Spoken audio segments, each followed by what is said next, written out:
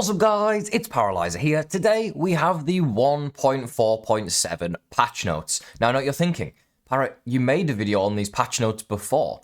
Now those were the patch notes for the play test. However, 1.4.7 has now been released, which means you can play it on all platforms. You just have to try and load up your game on whatever console you're on. It'll ask you to update, and you can update to 1.4.7. There have been some minor adjustments between the playtest and the official release, so we're going to break down all the patch notes today so that you guys know everything that's being changed. Starting off with the general changes, they've added an AFK state to Grounded. Now this is brand new to 1.4.7, it wasn't even in the playtest. It makes it so when you're inactive for 60 seconds, your hunger and thirst drain is reduced by 95%. Now, this is pretty cool actually. I've never thought to use this in the game. I don't really go AFK too often, and if I do, I just pause. But I guess if you're in multiplayer and you go AFK, you would just starve and die of thirst eventually. So this allows players to go completely AFK without having to worry about there being an issue of them dying. So this is actually a really useful feature that I'm glad they've added to the game. It's not one I'll personally use, but I can understand people needing to use this, so this will help them a lot. Next up, we have the zipline speed boost, which we talked about during the playtest. It makes it so when you're using a zipper, you now go 50% faster up a zipline. Next, we have the gamepad movement, which means when you're using a controller, if you're walking slower than sprint speed, it doesn't use your stamina. Apparently, this was an issue in the past. Not one I'd really encountered, as I mostly play on keyboard and mouse now, but it has been fixed. We also have the change that Natural Explorer and Aphid Slipper speed boosts now give players speed back immediately after combat. So there was a bug for a while where once you exited combat, it would take a few seconds, sometimes up to like 30 seconds, for the speed boost to come back from these things. However, now it should come back immediately as soon as you kill the creature, which is a huge change. It's very, very useful. They also changed the lure traps so that it attracts all creatures, apart from stink bugs, shield bugs, and water creatures. Now this does make sense. Obviously, the water creatures, they can't come out of the water, and you can't put a lure trap in the water, so it wouldn't make sense if they were to go towards it. So this should lure in everything now. Again, I don't ever use lure traps. They break way too easily. They're not for me. However, if you're someone who likes using them, there you go. You now can farm more creatures with these traps. Next, we have changes to pets. They made it so that all pet health has been increased by 150%, which means they basically have way more health than they did before, which makes it so they shouldn't die as often, but they'll probably never die anyway because they usually just disappear, and pet health only matters on Woe because they're invincible on mild and medium anyways. They also changed the buffs on the Aphid pet so that now it reduces your stamina drain by 30% while sprinting instead of 20%, and it also increases the player's movement speed by 15%, making you faster than ever. The Weevil pet buffs have also been changed so that it reduces hunger and thirst drain by 50%, whereas before it only did thirst drain by 20%. I will say the Gnat pet is now probably the worst pet in the game, and the Aphid pet is by far the best and the most superior, so get yourself a pet Aphid if you haven't already. In terms of boss adjustments, they've made it so the Mantis Scream can now be parried.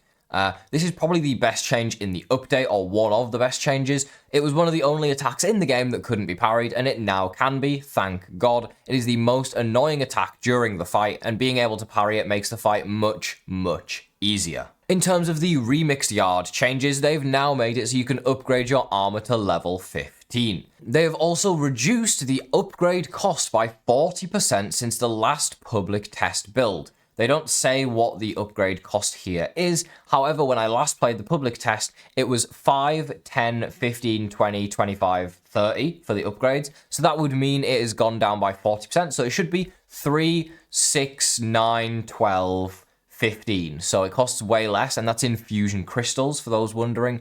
So it should be pretty cheap to upgrade, but still not crazy cheap, considering you also need those to upgrade the weapons as well. You need a lot of fusion crystals now in New Game Plus. However, these are going to massively increase your defense and durability. It is a 25% increase per level, meaning especially the early levels are particularly worth it as they cost a lot less fusion crystals and give you huge boosts in defense and durability, which matters a lot in the higher New Game Pluses. They've also reduced the damage that infused attacks do against your buildings. This is to help with the Java-matic and for other base defense fights. So basically, the Sour Balls previously would tear through all of your buildings in New Game Plus. Now, they're going to do significantly less damage. They also adjusted it so that killing the mini mantis doesn't count for the remixer room door, and it gives you less raw science as well. This was a problem because I tested this in Mythbusting, where killing the baby mantis would count as killing the mantis for going into New Game Plus, and it would also give the same amount of science that killing a boss gave in New Game Plus. They've adjusted it now to give the same amount of science as a regular infused enemy, and so that it also doesn't count towards that room.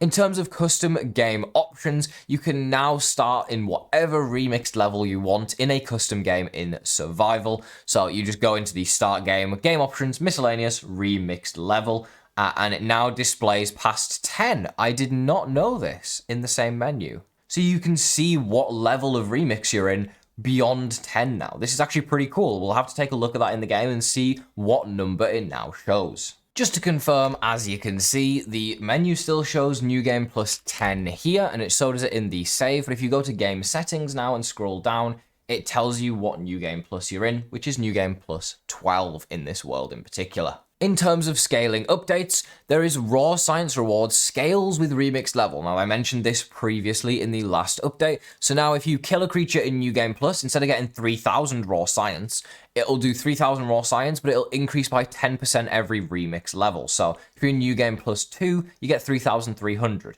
New Game Plus 3, 3,600. New Game Plus 4, 3,900. This is a slight reduction on what it was in the playtest. It was a huge boost in the playtest, and it was way too much raw science, but it seems to have been adjusted now, so it's a little bit fairer. Same with the bosses, they now drop 12,000 raw science, and it increases by 30% per remix level. In the playtest, I think they gave 30,000 by default, which was just a crazy amount, but they now give 12,000, and it increases by 3,600 per level, so it'll be 15,600 in New Game Plus 2, and it'll go up to 19,200 in New Game Plus 3, and so on and so on.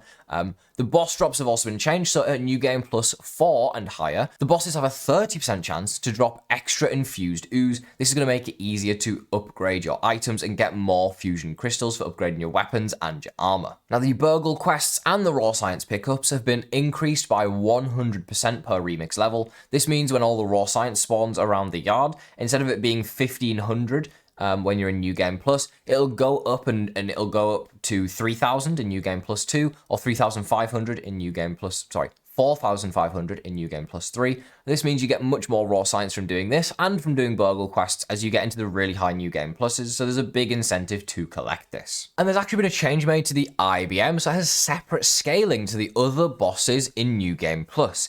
It will actually give you 40,000 raw science in New Game Plus when you kill it, and it increases by 30% by remix level. Now, this is actually a really good change because the IBM is incredibly difficult to kill in New Game Plus, especially the really high New Game Pluses. So to reward players with such a huge raw science reward gives a massive incentive to actually fight this boss in New Game Plus, because otherwise you can just not fight it. The only time you'd need to fight it is New Game Plus 4 to get the infused weapons from it. But if you didn't want to do that, you would just never have to fight it because what's the point? You don't need it to progress, so you could just skip it every time. Whereas now, you can get 40,000 raw science just for beating it, and as you get into those higher New Game Pluses, you're going to get over 100k per infected broodmother kill, which is insane. They've also adjusted the creature damage in New Game Plus as well, so previously it would increase by 20% every remixed level. However, now it goes up by an extra percent each level. So before it did 20%, 20% again, 20% again, whereas now it goes up by 20%, then 25%, then 30%, then 35%, which basically means that we've got armor upgrades to level 15, but we've also made the creatures even stronger and do more damage to you. So they kind of cancel each other out, and it makes it really tough in the high New Game Pluses. The creatures are going to be crazy, crazy strong by the time you get to New Game Plus 10, compared to before. So we'll have to see how big of a difference that makes, but it's an extra 5% per New Game Plus. So they're going to be really, really, really, really strong. But we'll see how that affects the gameplay in New Game Plus 10 if it becomes easier or harder with the armor upgrades. In terms of mutation changes, Barbarian was adjusted so that the perfect block window has been increased by 60%, meaning it's just easier to parry now if you have Barbarian equipped, which is nice because it was pretty much impossible to parry before. In terms of the Apex Predator mutation, it now works with all of the infused boss weapons. Previously, it only worked with the infused Blaster of the Moldy Matriarch. It should now work with the infused Club of the Mother Demon, the infused Scythe of Blossoms, and the infused Bard's Bow, meaning all of these weapons are much, much better than before, including the bow, especially because it previously was just the same as the tier 1 and 2, like Sprig Bow and Insect Bow, when it comes to infused weapons, but now it actually has that little extra effect on top that makes it even better if you like using it. There have also been some adjustments to Playgrounds mode. You can now enable the story quest inside of Playgrounds mode, so if you want to make a map where the main quest of Grounded still applies, but you change a bunch of other things in the mode, then you can do this. It also has made it so the backyard bosses can now be summoned at their boss arenas. Previously, if you went to the arena while you were in a playground, you wouldn't be able to find the boss summoned there, whereas now you can, and you can summon the boss and fight it within the arena. They've also fixed it so that websacks now actually spawn spiderlings or widowlings when placed in design mode, which is just very useful, you know? The feature that they're supposed to do actually works when you go in to play the game. You can also customize creatures now, so they have custom names, sizes, movement speeds, health, and infusions, a huge change that makes custom maps way more customizable and way more cool. In terms of weapons and armor, you can also customize the stats on these, so you can change the name of a sword if you want Excalibur or Mjolnir.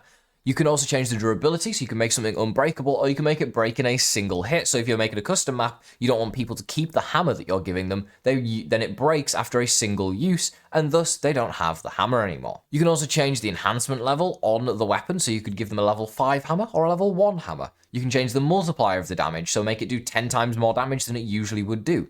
You can give them bonus effects like sour, fresh, sleeky, bulky, depends on if it's armor or weapons. You can also change the remix level in Playgrounds now. Between 1 and 10, anywhere in that range, you can have as a remix level for your playground, making them even more difficult than before if you want to. They also added a bunch new music tracks to the music player that you can put on if you like playing different music in the Playgrounds worlds. In terms of bug fixes, we have additional fixes to help pets falling through the world. Now, I don't know how true these are. I've definitely still lost pets during the playtest, but maybe they fixed some more of them since then.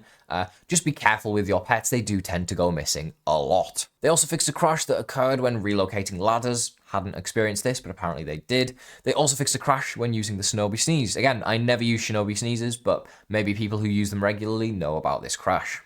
They fixed a bug on Steam where achievements didn't work in shared worlds, so you should be able to get your achievements now. And they fixed the Cupid arrows, as they previously made you invincible, but now if you shoot a creature with a Cupid arrow and then hit the creature, it will take away the effect and they will start attacking you. In terms of the final bug fixes, salty weapons now work underwater to turn creatures into jerky. Antbassador and pets. Having the Antbassador trinket with a pet no longer makes ants see you in anthills. Now, this obviously means the Antbassador mutation, not trinket. It makes it so that the ants aren't going to attack you, which is the way it should be.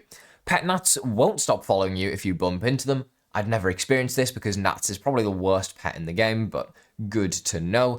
In terms of Burgle quests, some quests wouldn't complete properly, they're now fixed, and there was a quest number 10 which is to do with making smoothies. Previously you had to make normal smoothies for it to complete, but the description of the quest just said to make smoothies, so now it's been adjusted to say that you have to make normal smoothies with grub sludge to complete the quest. They also changed it so that buildings now inherit correct links when changing door variations, antennae and field stations no longer duplicate when entering design mode, Ant Queen gear summons correctly aggro enemies, Burgle's Eyes Spatula now properly increase crit rate of the Burgle Old Flipper, crit hit chance from Finale crit boost doesn't stack infinitely. This was an issue in the playtest that was completely broken, and they fixed it within the playtest so that people couldn't abuse it. They also fixed it so a player can no longer fall out the world at the woodpile entrance, and they fixed the fire anthill spawn issues, and they fixed the UI and localization. That is everything in 1.4.7. Huge shout out to the devs as always. They've completely revamped the game once again. Despite the production of the game being completely finished, they continue to add more stuff. This, obviously, the armor change is the main thing that is a huge, huge change that was needed in New Game Plus. So, yeah, we love to see it. Changes to both Survival and Playgrounds that have added brand new things for people to use. Shout out to the devs for their continued hard work on the game. And yeah, if you guys have enjoyed this video and you enjoy me breaking down the patch notes, then don't forget to leave a like on it. I will see you in the next Grounded video. Have a great rest of your day.